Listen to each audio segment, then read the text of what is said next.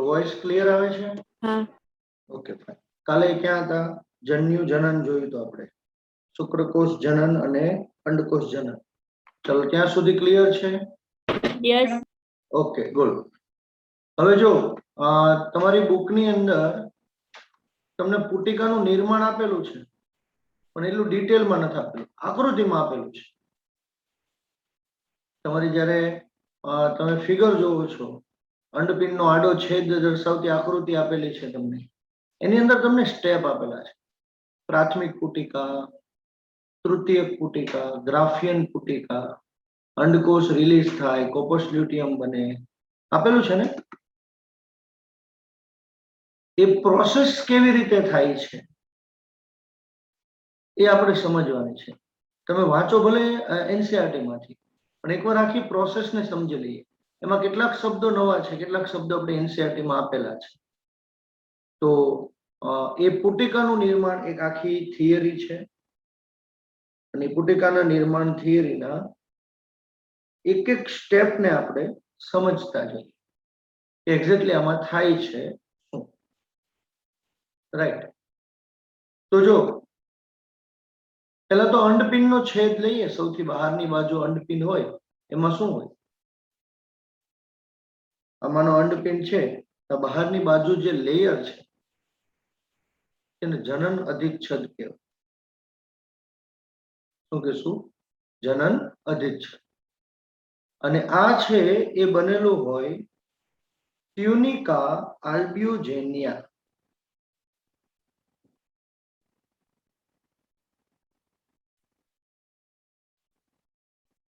શેનું બનેલું હશે?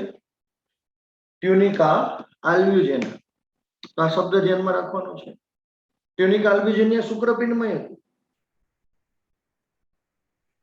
આ ભાગનું લેયર હતું એ ટ્યુનિકા આલ્બ્યુજેનિયા જ હતું.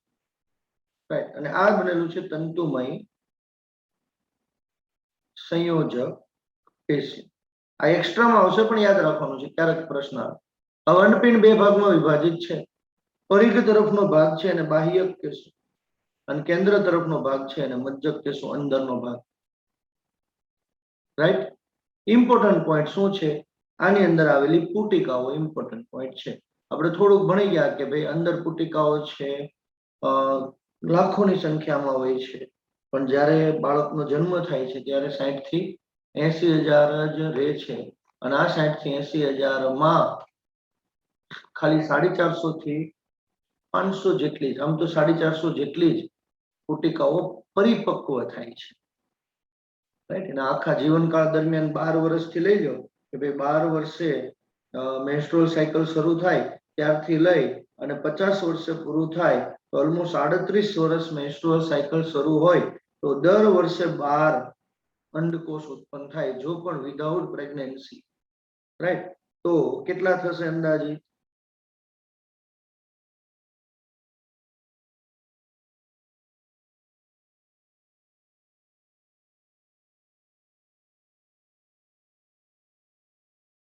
$456 જેટલી પુટિકા થાય કે વર્ષ દરમિયાન, એટલે કે એના જીવનકાળ દરમિયાન એ પરિપક્વ કરે. કેટલામાંથી?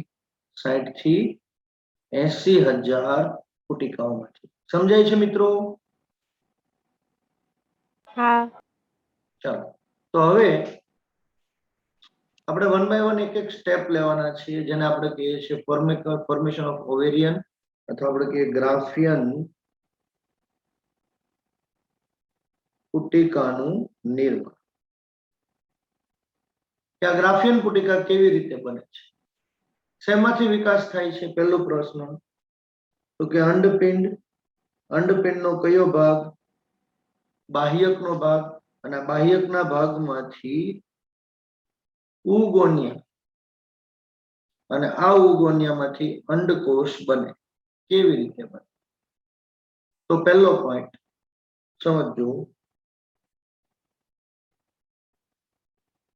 આ માનો કે અંડપિંડનો હું છેદને ધ્યાનમાં લઉં છું. આ અંડકોષ છે, એનું કોષ કેન્દ્ર છે, એની ફરતે આ અંડકોષ પુટિકા છે એવું સમજી લઈએ, અને એની ફરતે આવા ચપટા કોષ આવેલા. આ જે ચપટા કોષ છે ને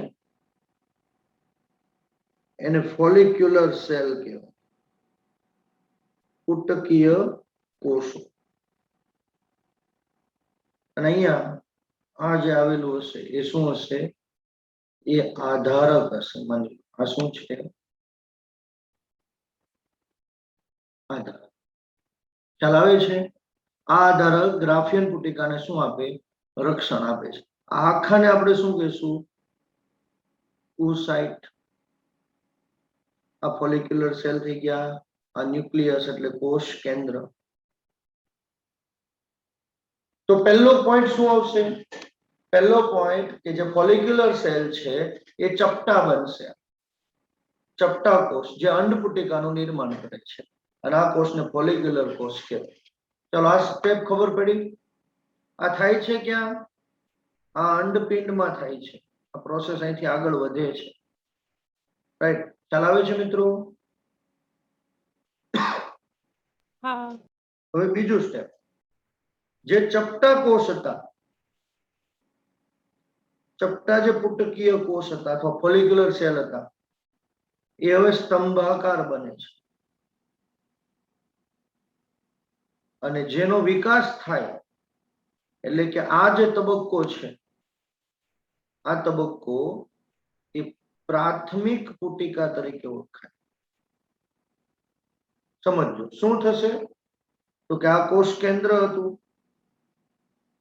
કોષ કેન્દ્રની ફરતે શું હતા? ચપટા કોષ. હવે ચપટા કોષ શું થઈ ગયા?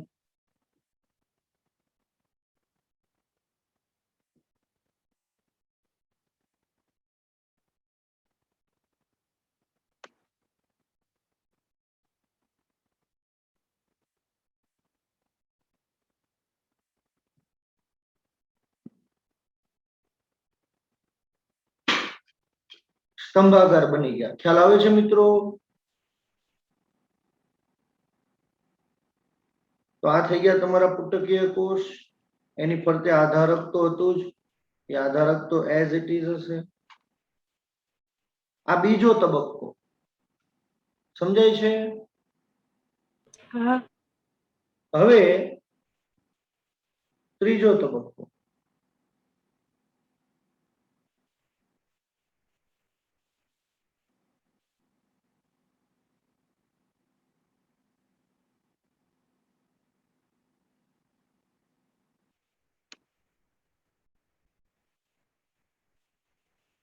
ચલો ત્રીજો તબક્કો, પુટકીય કોષ. એટલે આ છે પુટકીય કોષ અને અંડકોષ. આ છે અંડકોષ. ની વચ્ચે આવરણ હોય અને આ જે પટલ છે, આવરણ છે, એ પટલને કહેશું ઝોના પેલ્યુસિડા. મેમ્બ્રેન બને છે જે થીક મેમ્બ્રેન હશે. મતલબ કે આની ફરતે એક જાડું લેયર બને છે. રાઈટ? એ લેયરને આપણે શું કહેશું? ઝોના પેલ્યુસિડા. ખ્યાલ આવે છે મિત્રો? તો આ બ્લેક કલરમાં જે છે એને આપણે શું કહેશું? ઝોના પેલ્યુસિડા. હવે આ બધું બની ગયું. હવે પુટકીય કોષ ચોથો પોઈન્ટ જે છે, પુટકીય કોષ સ્પીડમાં વધશે, ઝડપથી વધે છે. રાઈટ? અને ઝડપથી વધે એટલે આવા ઘણા બધા સ્તર બનાવશે. સમજો, ઘણા બધા સ્તર બનશે. લાઈક આ મધ્યમાં કોષ કેન્દ્ર છે, આ અંડકોષ છે, એની ફરતે પુટકીય કોષ હતા. એ પુટકીય કોષ અહીંયા તો આપણને ખબર છે કે અહીંયા શું હતું? આ લેયરની ફરતે ઝોના પેલ્યુસિડા ખ્યાલ આવે છે અને આ ઝોના પેલ્યુસિડાની ફરતે જે સ્તંભાકાર કોષ હતા એ સ્તંભાકાર જ છે, દેખાતા આપણને આવા લાગે કારણ કે ઘણા બધા સ્તર બની જાય છે, તો આવા ઘણા બધા લેયર બનશે.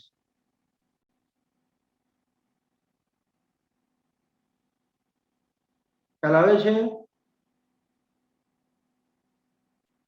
તો આવા ઘણા બધા સ્તર બને જેને નામ શું આપ્યું છે?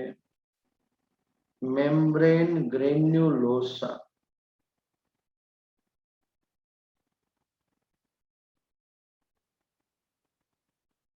હજુ પણ વધારે હશે એવું માની લઈએ છીએ, બાકી બધી જગ્યાએ શું હશે? અહીંયા આધારકનો પાર્ટ હશે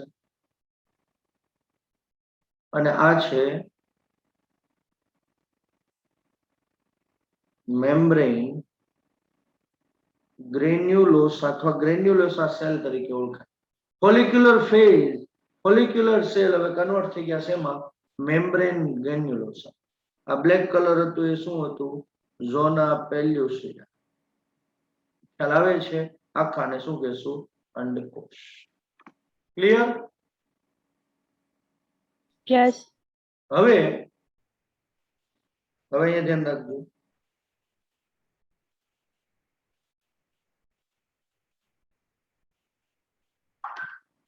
આ ગ્રેન્યુલોસા કોષ છે.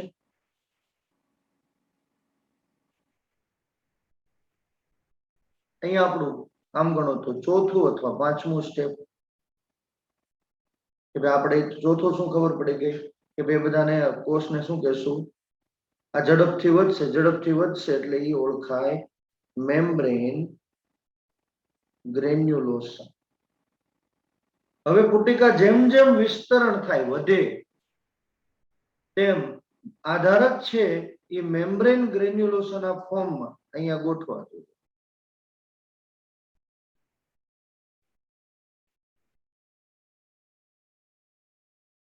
રાઈટ?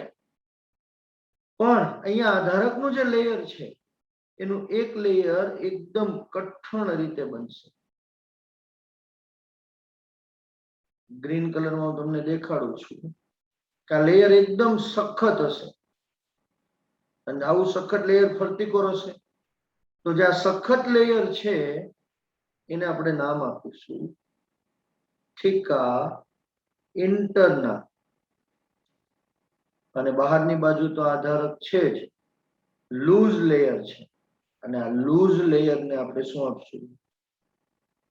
થીકા એક્સટર્ના.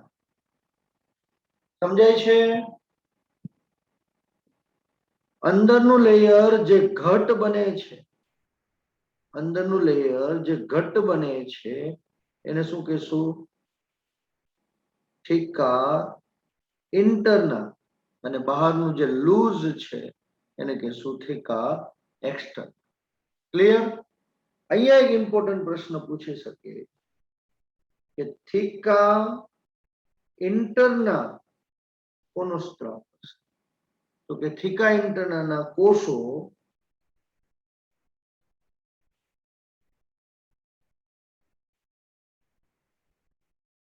ઇસ્ટ્રોજનનો સ્ત્રાવ કરે છે. આપણે કહેતા ને ઇસ્ટ્રોજનનો સ્ત્રાવ ક્યાં થાય? વિકટતી પુટિકામાંથી. તો વિકટતી પુટિકા કઈ? વિકસતી પુટિકા આ. એમાંથી થીકા ઇન્ટરના બને અને પછી આ થીકા ઇન્ટરના શું કરશે? ઇસ્ટ્રોજનનો સ્ત્રાવ. ચાલો, ક્લિયર છે આટલું? યસ.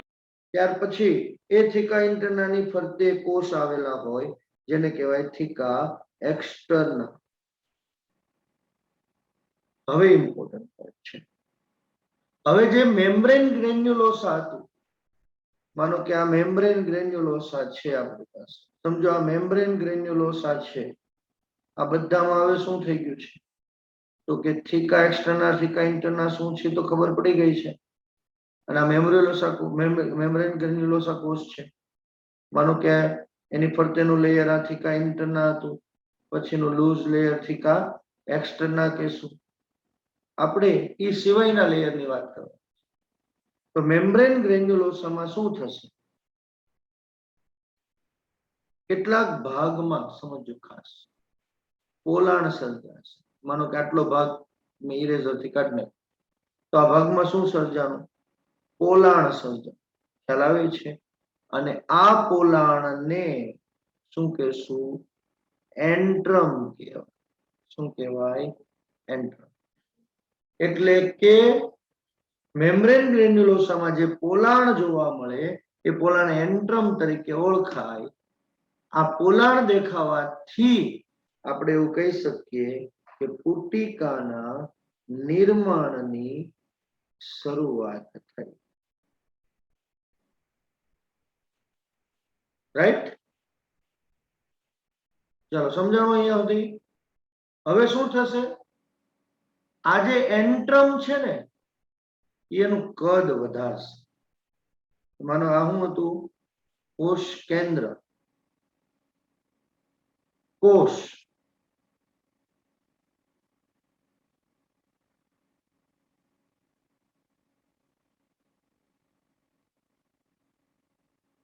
માનો કે આ કોષ છે અને આ કોષમાં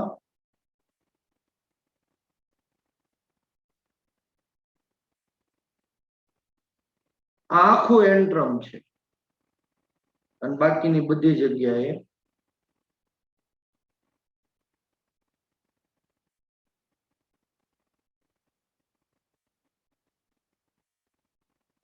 સમજાય છે?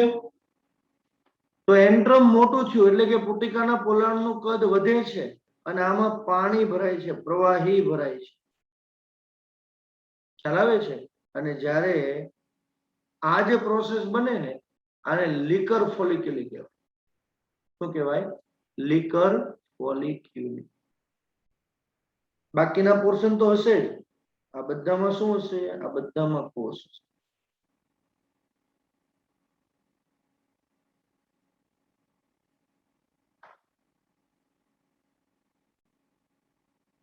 રાઈટ? ચલો અહીં સુધી સમજાય છે? Yes. ઓકે. બીજા એક્સ્ટ્રા નામ આપણે યાદ નથી રાખવા. બહુ બધા નામ છે. ક્યુમ્યુલસ ઓફ્રિકસ ને બધા યાદ નથી રાખવા. બરોબર છે? ઓકે. હવે સમજો આખી પ્રોસેસ ક્યાં થઈ હતી? આખી પ્રોસેસ અંડપિંડમાં થઈ હતી. થઈ હતી? જો ફરીથી એક વખત જુઓ. આ પેલા ચપટા કોષ હતા છે. ચપટા કોષમાંથી શું બન્યા? સ્તંભાકાર કોષ. એમાંથી જોના પેલ્યુસિડા, પછી ગ્રાફિયન પુટિકા બની. ખ્યાલ આવે છે? આટલું બેઝિક હતું આપણી પાસે પુટિકાનું નિર્માણ. હવે શું થાય? થીકા એક્સટર્ના, થીકા ઇન્ટરના, એન્ટ્રમ બને. એન્ટ્રમ આખું પ્રવાહીથી ભરાય, કોષો એને ફરતે વીંટળાયેલા હોય. બરોબર છે? સાથે સાથે શું હશે અહીંયા? થીકા ઇન્ટરના અને બહાર જે લૂઝ છે એ છે થીકા એક્સટર્ન. ખ્યાલ આવે છે મિત્રો? હવે સમજો આ બધી પ્રોસેસ ક્યારે થાય? માસિક ચક્રના 5મા દિવસથી શરૂ થઈ જાય. તો 14મા દિવસે 14 days of menstrual cycle. 14મા દિવસે આ ગ્રાફિયન પુટિકા ફાટે છે. કયા દિવસે? 14મા. જો 28 દિવસનું સાયકલ હોય તો 13. બાકી નોર્મલ હોય, રાઈટ, એટલે કે ઓછું છે તો 14મા દિવસે જ યાદ રાખશો. 28 દિવસ હોય તો મોસ્ટલી 14 દિવસે જ યાદ રહે. બરોબર છે? અને અંડકોષ ફાટે એટલે કે આ અંડપિંડ ફાટે અને એમાંથી અંડકોષ મુક્ત થાય. ક્લિયર છે? એટલે પહેલા તો જે એન્ટ્રમ વાળો પાર્ટ હતો, આ જે પાર્ટ છે અહીંથી તોડીને બહાર આવશે. ખ્યાલ આવે છે? તો હવે સમજો અહીંયા બીજો એક પ્રશ્ન પૂછાય કે ગ્રેન્યુલોસા કોષ છે એ અંડકોષ સાથે વધુ નિકટ છે અને જોના પેલ્યુસિડા એ પ્રવર્ધ બનાવી અને કોરોના રેડિયેટા બનાવે. પ્રશ્ન પૂછાય કે ઝોના પેલ્યુસિડા શું બનાવે? તો કે ઝોના પેલ્યુસિડા શું બનાવશે? કોરોના રેડિયેટા. ક્લિયર છે એટલું? Yes. ઓકે. હવે અંડકોષ બહાર નીકળો એટલે જેવો અંડકોષ બહાર નીકળશે એટલે જે ભાગમાંથી અંડકોષ બહાર નીકળો એ ફેરવાઈ જાય કોપસ લ્યુટિયમ. ખ્યાલ આવે છે? અને કોપસ લ્યુટિયમમાં ફેરવાઈ જાય પછી ત્યાંથી ગ્રંથિ બની જાય. શું બની જાય? ગ્રંથિ. અને જે પ્રોજેસ્ટેરોનનો, ટેસ્ટોસ્ટેરોનનો અને ઇસ્ટ્રોજન, રાઈટ? તો કોપસ લ્યુટિયમ મુખ્યત્વે કયું રિલીઝ કરશે? પ્રોજેસ્ટેરોન રિલીઝ કરશે. ક્વેશ્ચન આવે તો ખાસ ધ્યાન રાખજો. પણ વિકસતી પુટિકા હતી એમાંથી શું રિલીઝ થતું હતું? ઇસ્ટ્રોજન રિલીઝ થતું હતું. ક્લિયર છે આટલું? હા. ઓકે. હવે કોષ મુક્ત થઈ ગયો. હવે એ કોષને કોણ લેશે? અંડવાહિની નિવાપ દ્વારા જશે. એ પેલા 2-3 ટર્મિનોલોજી ધ્યાનમાં રાખી લઈએ. પછી જ્યારે એ ફલન ન થાય એટલે સાથે સાથે અંડકોષનો પણ નાશ થયો હોય.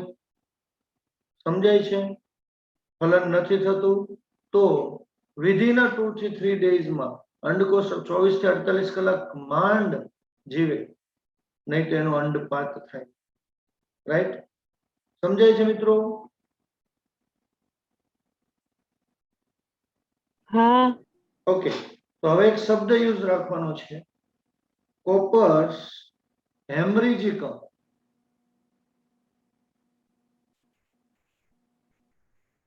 શું છે?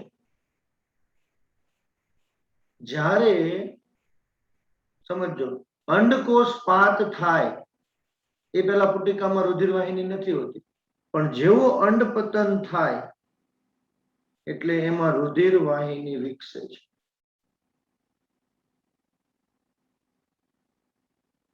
અને આખું મધ્યનો ભાગ છે એ રુધિરથી ભરી દે છે. અને એને આપણે કહીશું કોપસ હેમરેજિકમ. ખ્યાલ આવે છે? અને જો ફલન ન થાય, જો ફલન થાય તો કોપસ લ્યુટિયમ 9 મહિના સુધી સ્થગિત રહેશે. પણ જો ફલન ન થાય, ક્વેશ્ચન આવે ને, ફલન થાય તો કોપસ લ્યુટિયમ કેટલા મહિના સુધી? 9. ખ્યાલ આવે? અને જો ફલન ન થાય તો 9 દિવસમાં વિઘટન કરવાનું છે. અને વિઘટનની ક્રિયા 14 દિવસમાં પૂર્ણ થાય છે. તો એને આપણે કહીશું કોપસ આલ્બિકન્સ. રાઈટ? તો આ શબ્દ યાદ રાખવાના છે, કોપસ હેમરેજિકમ, કોપસ આલ્બિકન્સ. ચાલો, સમજાય છે આટલું?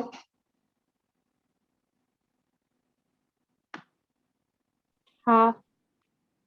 તો આટલું હતું આપણી પાસે પુટિકાનું નિર્માણ. મતલબ હવે જે રિલીઝ થઈ ને, જે મુક્ત થઈ, એ મુક્ત થઈ બીજું કઈ નહોતું. એ શું હતું? દ્વિતીય પૂર્વ અંડકોષ. ખ્યાલ આવે છે? હલો? હા. ચલો, તો અહીંયા આપણો એક પોર્શન પૂરો થાય છે. હવે જો તમે તમારી એનસીઈઆરટી માં જોશો તો એનસીઈઆરટી માં તમને જે પુટકીય તબક્કો છે શોર્ટમાં આપેલો છે એકદમ. પણ એમાં અમુક પોઈન્ટ ઇમ્પોર્ટન્ટ છે. પહેલા પ્રાથમિક પુટિકા હતી, યૌવનનો આરંભ થાય, 60 થી 80,000 જેટલી એક અંડપૂર્ણ પુટિકા હોય. રાઈટ? પછી ધીમે ધીમે દ્વિતીય પુટિકા બને, એટલે ઘણા નવા સ્તરો બને, જેને થીકા કહેતા, થીકા ઇન્ટરના, થીકા એક્સટરના. પછી એન્ટ્રમ બને, એટલે કે પ્રવાહી ભરેલી ગુહા બનશે. અંદરનું અંત આવરણ, બહારનું બાહ્ય આવરણ. ખ્યાલ આવે છે? તો આમ ફાઇનલી પહેલું અર્ધીકરણ થયું. પહેલું અર્ધીકરણ બે પ્રકારનું અસમ અને એક છે મતલબ સંભાજન થયું, પણ એક અસમકદનું આવી ગયું. અસમકદનું છે પ્રાથમિક ધ્રુવકાય, રાઈટ. પછી ફરીથી એનું વિભાજન થાય, ફરીથી વિભાજન થાય. એ ક્યારે થશે? જ્યારે શુક્રકોષ અંદર પ્રવેશશે ત્યારે. તે પહેલા એના આખા સંખ્યાબંધ સ્તરો છે એનું સમજૂતી આપી છે કે ભાઈ ગ્રાફિયન પુટિકા, દ્વિતીય પૂર્વ અંડકોષ, તેની પ્રત્ય રચના, થીકા પેલા ઝોના પેલ્યુસિડા, ઝોના પેલ્યુસિડા પછી ફોલિક્યુલર ફેઝ આવશે આખો એની પ્રતિકોષ, બરોબર છે. એમાંથી પાછું છિદ્ર થાય, પ્રવાહી ભરાય તો એન્ટ્રમ. તો બધામાંથી પ્રશ્ન તમને પૂછી શકે છે. ક્લિયર છે? હા. ચલો આ તો આપણી પાસે અંડપુટિકાનું નિર્માણ, બરોબર છે. એકવાર કેમેરા ઓન કરી દઈએ.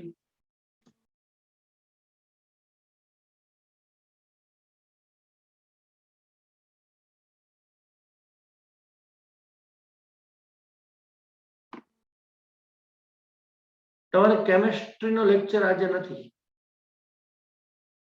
3 વાર અપડેટ થયું. એકચ્યુઅલી પ્રોબ્લેમ એ છે દિવાળી વેકેશન ચાલે છે કે નહીં શિક્ષકોને, તો સ્કૂલોમાં ડિટેલ લેવડાવે અને સ્કૂલોમાં રહેવાનું થઈ ગયું છે સરને. તેમનો ફોન આવ્યો હતો. તો આપણે બાયોલોજીનો લેક્ચરને થોડો એક્સટેન્ડ કરીએ, મેન્સ્ટ્રુઅલ સાયકલ ભણી લઈએ, બરોબર છે. એટલે મેન્સ્ટ્રુઅલ સાયકલ પૂરું થઈ જાય ને પછી આપણે એક સિંગલ લેક્ચરનું વર્ક બાકી રહેશે. એ કયું હશે કે ભાઈ હવે ફલન તો નોર્મલ છે, અને ફલન પછી ગર્ભસ્થાપન કેવી રીતે થાય છે, રાઈટ, એ ઇમ્પોર્ટન્ટ છે. પ્રસૂતિ અને દુગ્ધસ્રાવ, બરોબર છે. આપણે મેન્સ્ટ્રુઅલ સાયકલ કમ્પ્લીટ કરીએ ત્યાં સુધી આપણે લેક્ચર લેશું, બરોબર છે. અને આ બહુ ઇમ્પોર્ટન્ટ પોઈન્ટ છે, આને તમારે ભણવો ખૂબ જરૂરી છે. પ્લસ સાંજે 8:30 વાગે એક આપણું સતત સેશન ચાલુ જ રહેશે. એમાં વિદ્યાર્થીઓના પ્રશ્નો ઉપર જ ચર્ચા થાય છે. તમારું જૂનું ગ્રુપ હોય તો એમાં તમે શેર કરી શકશો. એમાં તમને કંઈક તો મળવા મળશે. એ અડધી કલાકમાં એક પોઈન્ટ એવો હશે કે જે પોઈન્ટ તમને ટચ કરતો હશે, રાઈટ. અને ટચ કરતા પોઈન્ટ ઉપર તમે વર્ક કરતા થઈ ગયા એટલે ક્લિયર. ઓકે, તો મેન્સ્ટ્રુઅલ સાયકલ, માસિક ચક્ર. ચક્ર છે, સમજજો શું છે ચક્ર. ચક્ર કોને કહેવાય? કોણ કહેશે? ચક્ર કોને કહેવાય? ચક્ર કોને કહેશું? વારા ફરતી ચાલતું હોય એ. વારા ફરતી ચાલતું નહીં, એ તો એને તો એકાંતર કહેવાય. ચક્ર કોને કહેવાય? જ્યાંથી શરૂ કરીએ ફરીને પાછું ત્યાં જાવ. Yes, exactly. માનો કે તમે પંચર વાળા દુકાને જાઓ અને ટાયર પંચર કરાવો છો, તો એ ચેક કરવા માટે પાણી ડુબાડશે. જ્યાંથી શરૂ કરશે ત્યાં સુધી પાછું ચેક કરશે, તો જ એને ખ્યાલ આવશે ને કે કઈ પ્રોબ્લેમ છે કે નથી. તો એવી રીતે આ એક આખું ચક્ર છે જે સતત ચાલે છે. એટલે આપણે એને શું કહીએ છીએ? ઋતુ ચક્ર, માસિક ધર્મસ્રાવ, મેન્સ્ટ્રુઅલ સાયકલ. ખ્યાલ આવે છે? આપણે અલગ અલગ ગુજરાતી નામ, અંગ્રેજી નામ આપેલા છે. શું છે આ ઋતુ ચક્ર એને આપણે સમજવાનો પ્રયત્ન કરીએ. અચ્છા, પહેલો પ્રશ્ન, શા માટે ઋતુ ચક્ર થાય છે? કોણ કહેશે?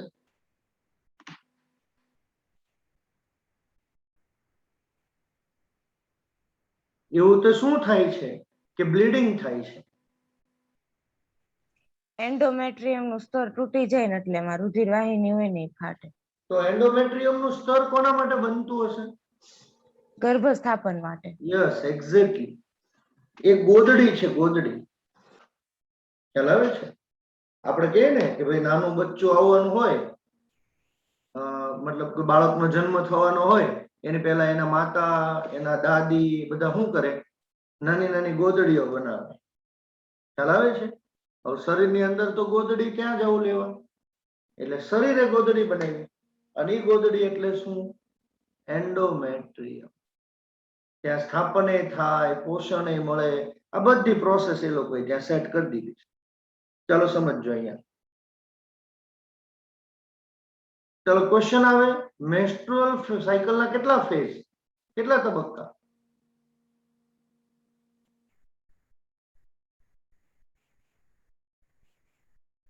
મેન્સ્ટ્રુઅલ સાયકલના કેટલા તબક્કા?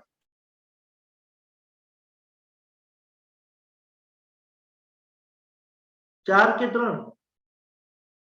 4. 4. બરોબર છે. કયા કયા કોઈને ખ્યાલ છે?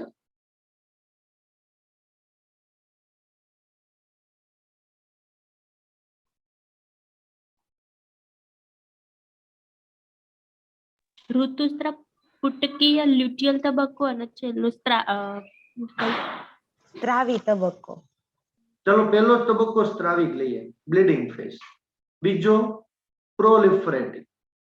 ત્રીજો અંડપાત અંડપાત અથવા સેક્રેટરી ફેઝ કહીએ. બરોબર છે. તો ચોથો લ્યુટિયલ. એ તો આવી ગયું.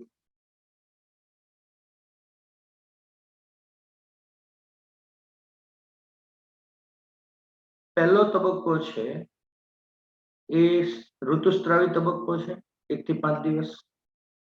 ખ્યાલ આવે? મેન્સ્ટ્રુઅલ ફેઝ કહીએ. ત્યાર પછીનો બીજો તબક્કો ફોલિક્યુલર ફેઝ કહીએ. એમાં પુટિકા વધે છે. બરોબર છે. ત્રીજો તબક્કો જે છે ને એ તબક્કાને ઓવ્યુલેશન ફેઝ કહેવાય, 14મા દિવસે. એટલે મોસ્ટલી આપણે 3 જ તબક્કા લઈએ, પણ કેટલીક બુકોમાં 4 તબક્કા આવી રીતે આપ્યા છે. એક જ દિવસનો તબક્કો ફોલિક્યુલર, જે મતલબ કે અંડપાત થાય છે એ દિવસ, રાઈટ, જેનો ઓવ્યુલેશન ફેઝ કહેવાય. અને લાસ્ટમાં જે છે, બરોબર છે, ઓવ્યુલેટરી ફેઝ પતી જાય પછી લ્યુટિયલ તબક્કો આવે. એટલે છેલ્લો તબક્કો એ કયો છે? લ્યુટિયલ તબક્કો. ક્લિયર છે? અંડપાત થાય એ તબક્કાનો ઓવ્યુલેટરી ફેઝ કહેવાય, 14મા દિવસે જ આવે. ક્યારે? જ્યારે LH નું પ્રમાણ વધારે હોય ત્યારે, રાઈટ. તો જો પહેલો પોઈન્ટ લઈએ કે ભાઈ સ્ત્રાવ, ઋતુસ્ત્રાવી તબક્કો.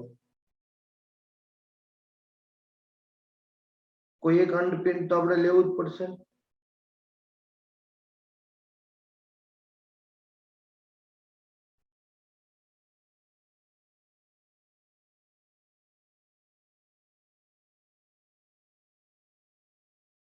શેના વડે જોડાયેલા હોય?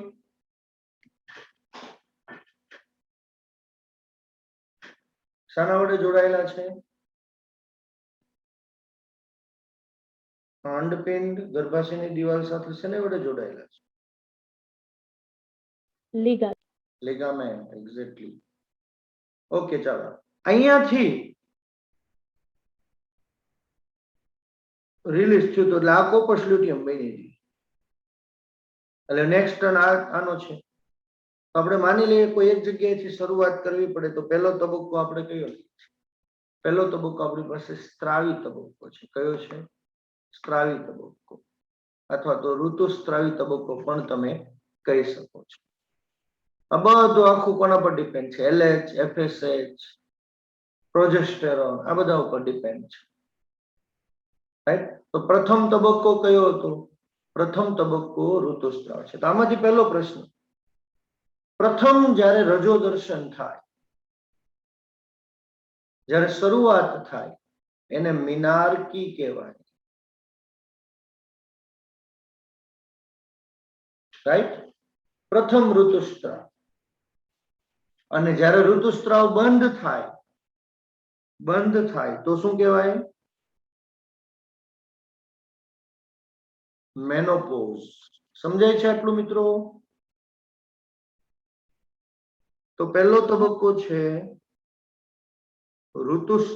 ઋતુસ્ત્રાવ તબક્કો,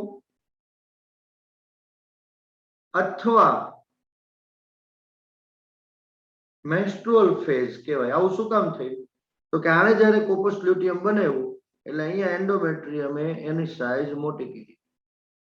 એને એમ હતું કે હમણાં ફલન થશે અને ફલિતાન થશે, તાત્કાલિક આપણે કેમ ભેગું કરવું, એટલે એને અગાઉથી બનાવી રાખ્યું. પણ અહીંથી આ અંડકોષ આગળ વધે છે, આગળ વધીને ફલન થતું નથી. શું નથી થતું? ફલન નથી થતું. તો આ કેટલા કલાકમાં નાશ થાય?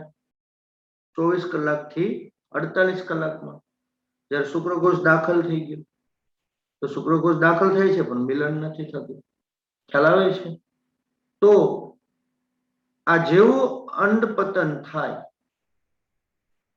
જેવું અંડપતન થાય એટલે આનું વિઘટનની શરૂઆત થાય અને અહીંયા બનવાની શરૂઆત થાય. સમજાય છે?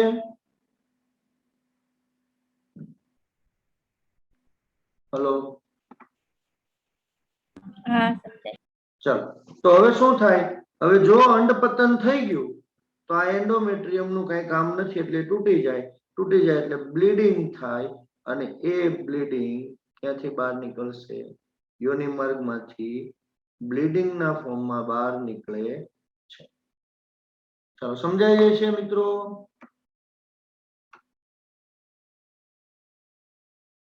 હા. તમને આમાં પૂછે LH કોના ઉપર કામ કરે ને FSH કોના ઉપર કામ કરે? તો LH કોના પર કામ કરશે?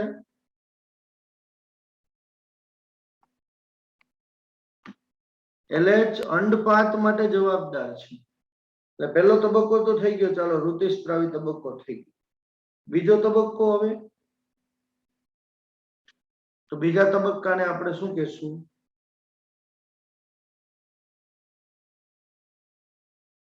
Follicular phase. અને ફોલિક્યુલર ફેઝ એટલે આપણને ખબર છે કે હવે એની સાઈઝ વધારે. ક્લિયર? તો હવે એ પુટિકા બનતી હશે ત્યારે એમાં શું બનતું હશે? ઇસ્ટ્રોજન બનતો હોય ને, થીકા, ઇન્ટરના થીકા. ખ્યાલ આવે છે? તો આ ફોલિક્યુલર ફેઝમાં LH અને FSH બંનેનો રોલ છે. 14મા દિવસે LH નું પ્રમાણ વધી જાય અને LH નું પ્રમાણ વધવાથી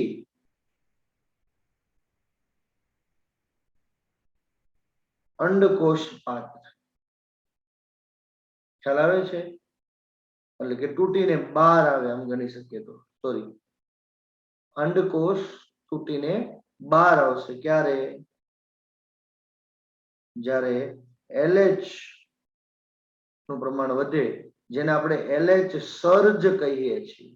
તો આ પ્રશ્ન પૂછે. અને આને 14મા દિવસના ફેઝને આપણે શું કહીશું? Ovulation phase. સમજાય છે આટલું? અને અંડકોષ મુક્ત થયો અથવા અંડકોષપાત થયો, અને અંડકોષપાત પછી નો ચોથો તબક્કો જેને લ્યુટિયલ ફેઝ પણ કહેવાય. તો લ્યુટિયલ ફેઝમાં શું થશે? સમજો આખી પ્રોસેસ. હવે આ અંડપિંડનો વારો છે.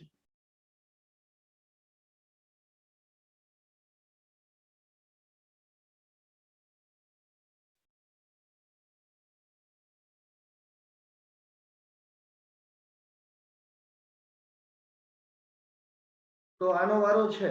તો અહીંથી જેવો 14મા દિવસે અંડકોષ પાત થાય છે એટલે અહીંયા શું બની ગયું? અહીંયા બની ગયું કોપસ લ્યુટિયમ, જે પ્રોજેસ્ટેરોનનો સ્ત્રાવ કરશે, ઇસ્ટ્રોજનનો સ્ત્રાવ કરશે. ખ્યાલ આવે છે? સમજાય છે? મોટા જથ્થામાં પ્રોજેસ્ટેરોનનો સ્ત્રાવ કરશે.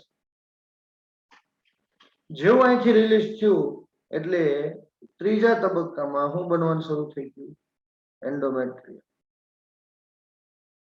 અને જેવું સ્થાપન નથી થતું એટલે આ તૂટે છે.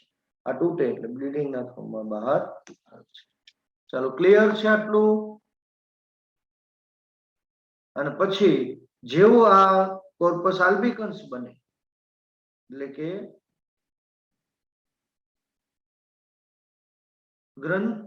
ગ્રંથિઓની વાત થાય, તો પ્રોજેસ્ટેરોન બનાવતો હતો અને હવે આલ્બિકન્સ વિનાશ થશે. ખ્યાલ આવે છે? પછી આ ફેઝ પૂરો એટલે હવે આનો વારો પાછો, આનો પૂરો એટલે આનો વારો. ખ્યાલ આવે છે? આ મેન્સ્ટ્રુઅલ સાયકલ આવું સતત ચાલ્યા અને 50 વર્ષની ઉંમરે બંધ થાય એને આપણે શું કહેશું?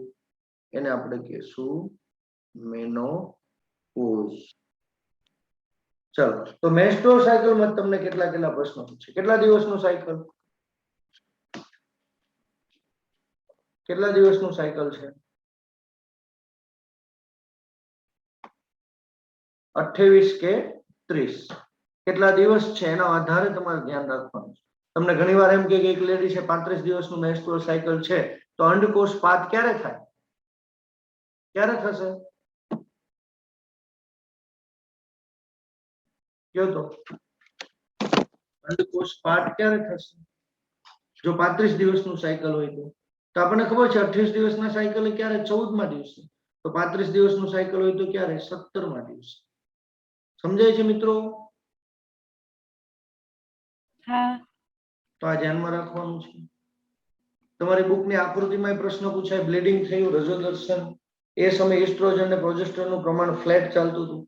પુટકીય તબક્કો આવે છે, LH સર્જ થાય છે, ત્યારે એસ્ટ્રોજનનું પ્રમાણ વધી જાય છે અને પ્રોજેસ્ટરોન ધીમી ગતિએ વધતું હોય છે. ખ્યાલ આવે છે? હેલો, હા ઓકે. તો બેઝિક સમજો કે ભાઈ કોઈ એક અંડપિંડને લો છો, પેલા એ અંડપિંડને લીધું એટલે સ્ત્રાવી તબક્કો, ઋતુસ્ત્રાવી તબક્કો શરૂ થયો. જેવો ઋતુસ્ત્રાવી તબક્કો પૂરો થાય એટલે પ્રોલિફરેશન ફેઝ આવી જશે. કેમ? કારણ કે સમજો પુટકીય તબક્કો આવતો ને પુટિકાનું નિર્માણ થતું હતું. પ્રાથમિક પુટિકામાંથી આપણે તૃતીય પુટિકા બનાવવાની છે અને તૃતીય પુટિકાને પછી આપણે રિલીઝ કરીશું. રાઈટ? તો આ બેઝ યાદ રાખવાનો છે. 14મા દિવસે ઓવ્યુલેશન ફેઝ આવશે એટલે કે LH અને FSH. LH ની પરાકાષ્ઠા કહેવાય, જેને સરળ ભાષામાં LH સર્જ કહીએ છીએ. અને પછી ત્રીજો તબક્કો લ્યુટિયલ તબક્કો. લ્યુટિયલ તબક્કામાં શું થાય? કોર્પસ લ્યુટિયમમાં મોટા જથ્થામાં પ્રોજેસ્ટરોન અને ગર્ભાશયના અંતસ્તરનું ફલિત અંડકોષમાં સ્થાપન, બરોબર છે, પછી ગર્ભધારણ થાય. આ બધી ઘટના જોઈએ. ક્લિયર? અને 50 વર્ષે જો ઋતુસ્રાવ બંધ થાય તો એને મેનોપોઝ કહેવાય. સમજાય છે? હા આ તો આપણી પાસે બેઝિક મેન્સ્ટ્રુઅલ સાયકલ. ચલો, અહીંયા સુધી કમ્પ્લીટ. કોઈ ડિફિકલ્ટી? નહીં નહીં. તો હવે આપણે બાકી રહ્યો છે ટોપિક ફલન અને ગર્ભસ્થાપન. ફલન અને ગર્ભસ્થાપન થઈ જાય, એના સ્ટેજ થઈ જાય પછી ગર્ભધારણ અને ગર્ભીય વિકાસ, અને લાસ્ટમાં આવશે પ્રસૂતિ અને દુગ્ધસ્તવ. રાઈટ? તો એને આપણે જોશું નેક્સ્ટ લેક્ચરની અંદર. ચાલો, અત્યારે કમ્પ્લીટ છે? જ્યાં સુધી ચાલ્યું ત્યાં સુધી હા કમ્પ્લીટ ને? ઓકે. ચાલો, કોઈ ડાઉટ, ડિફિકલ્ટી નથી? નહીં અહીંયા સુધી આપણે આ લેક્ચરને રાખીએ છીએ.